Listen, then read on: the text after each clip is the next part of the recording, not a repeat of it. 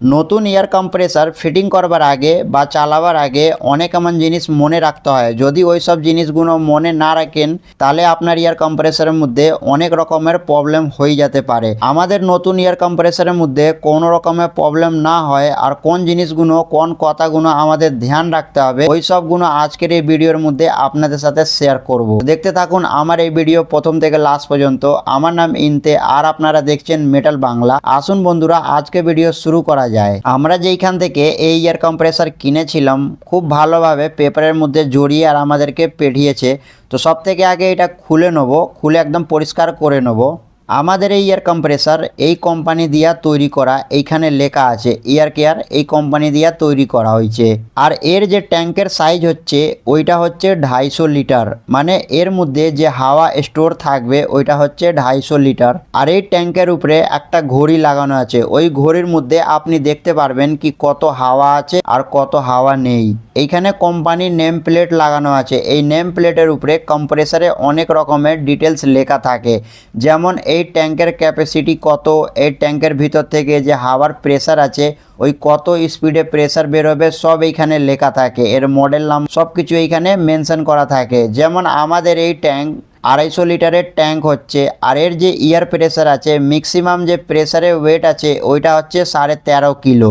এর উপরে বড় একটা ইঞ্জিন লাগানো আছে, এটা হচ্ছে ডবল পিস্টন ইঞ্জিন। এই ইঞ্জিনের মধ্যে দুটো পিস্টন লাগানো হয়েছে আর এই ইঞ্জিনকে ঘোরাবার জন্য এর উপরে 5 এইচপির মোটর লাগানো হয়েছে। ওই 5 এইচপি মোটর এই ইঞ্জিনকে ঘোরাবে। এইখানে অটোমেটিক কন্ট্রোল করবার জন্য কি যখনই আমাদের হাওয়া কম হয়ে যাবে আমাদের এয়ার কম্প্রেসার আপনি চলে যাবে।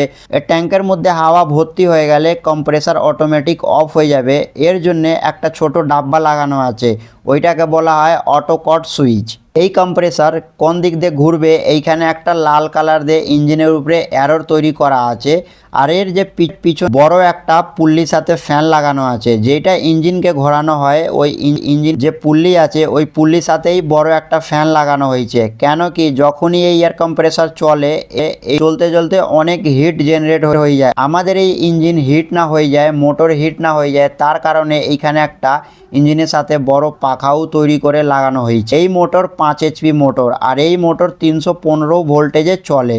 এইখানে এই মোটরকে চালু বন্ধ করবার জন্য একটা ডিওল স্টার্টার লাগানো আছে। আমরা যেইখান থেকে এই এয়ার কম্প্রেসার অর্ডার করেছিলাম ওইখানে আমরা আগেই বলে দিয়েছি কি পুরো আমাদের কমপ্লিট করে পাঠাবে, যেমন এই কানেকশান, মোটর ফিটিং, বেল্ট, পুল্লি সব জিনিস সেটিং করে পাঠাতে বলেছিলাম। তো ওরা সব জিনিস সেটিং করে পাঠিয়েছে।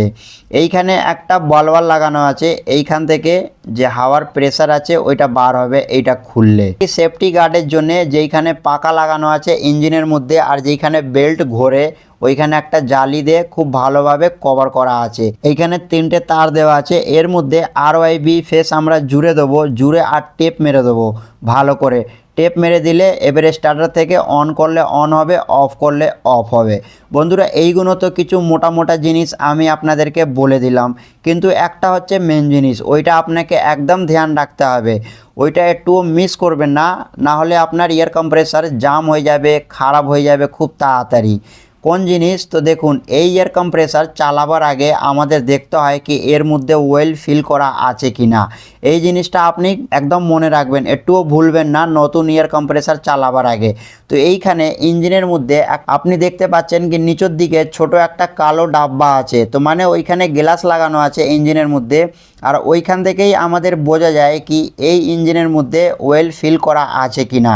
ইঞ্জিনের মধ্যে মোবিল ওয়েল ফিল করতে হয়, তাতে কি হবে কি আমাদের ইঞ্জিন জাম হবে না। এর ভিতরে যে পিস্টন আছে, ক্র্যাঙ্ক শাফট আছে, আরও সব যে ব্যারিংগুলো লাগানো থাকে ওইগুলো ফ্রি থাকবার জন্যে আর এর লাইফ অনেক দিন হবার জন্য এর ভিতরে ইঞ্জিনের ভিতরে মোবিল অয়েল ফিল করা হয়। তো এই জিনিসের আপনি খেয়াল রাখবেন কি ইঞ্জিনের ভিতরে মোবিল অয়েল আছে কি না। বাকি আমরা যেইখান থেকে অর্ডার করেছিলাম ওরা পুরো একদম কমপ্লিট করে দিয়েছে। তো বন্ধুরা আমি ভাবলাম কি যারা আমার ভিডিও দেখে তাদেরকেও আমি বলে দিই কি নতুন এয়ার কম্প্রেসার চালাবার আগে কোন জিনিসগুলোকে মনে রাখতে হয়।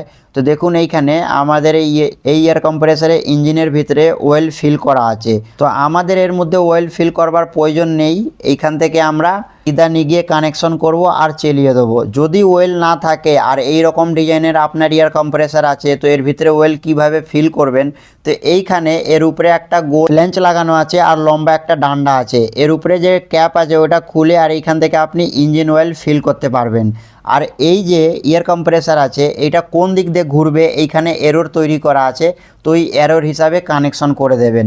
যখন আপনি এর কানেকশন করে দেবেন আর কানেকশন করে দেওয়ার পরে যখন মোটর আপনি চালাচ্ছেন তো এটা উল্টো ঘুরছে, তো ফের আবার এমসিবি অফ করে মেন সাপ্লাই অফ করে দেবেন। আর যে মোটরের সাপ্লাই তার আছে ডিওল স্টার্টারের নিচে ওই তারের মধ্যে কানেকশন চেঞ্জ করে দেবেন। যেমন আর ওয়াই বি জুড়েছেন আপনি, তো ওয়াইকে আর এর মধ্যে জুড়ে দেবেন, আর কে ওয়াই এর মধ্যে জুড়ে দেবেন, তো আপনার এর যে রানিংয়ের চাক্কর আছে ওইটা সোজা হয়ে যাবে। তো আমি এইখানে কম্প্রেসার চালু করে দিয়েছি যেইভাবে আমি আপনাদের বললাম। আর আমার যেইখানে মেশিনের মধ্যে ফিটিং করবার প্রয়োজন ছিল পাইপ, ওইখানে আমরা ফিটিং করে দিয়েছি নিপল টি লেগে। আর এইখানে এই এয়ার কম্প্রেসারের মধ্যে হাওয়াও ভর্তি হয়ে গেছে, এইটা হচ্ছে সেফটি বাল্ব, এটা টেনে দেখেছি তো দেখুন হাওয়া বের হচ্ছে। নতুন কম্প্রেসার ফিটিং করবার বেশি ঝামেলা নেই, কিন্তু মোটা মোটা জিনিস আপনাকে মনে রাখতে হবে কি কম্প্রেসারে যে ঘোরার চক্কর আছে ওটা কোন দিকে থাকবে, এই জিনিসটা আপনাকে মনে রাখতে হবে। আর ইঞ্জিন অয়েল আপনাকে চেক করে নিতে হবে। আশা করব বন্ধুরা আমার এই ভিডিও আপনাদের ভালো লেগেছে। ভিডিও লাইক করুন, নিজের বন্ধুবান্ধবকে শেয়ার করুন, চ্যানেলে নতুন থাকলে চ্যানেল সাবস্ক্রাইব করে বেল নোটিফিকেশন অল প্রেস করুন।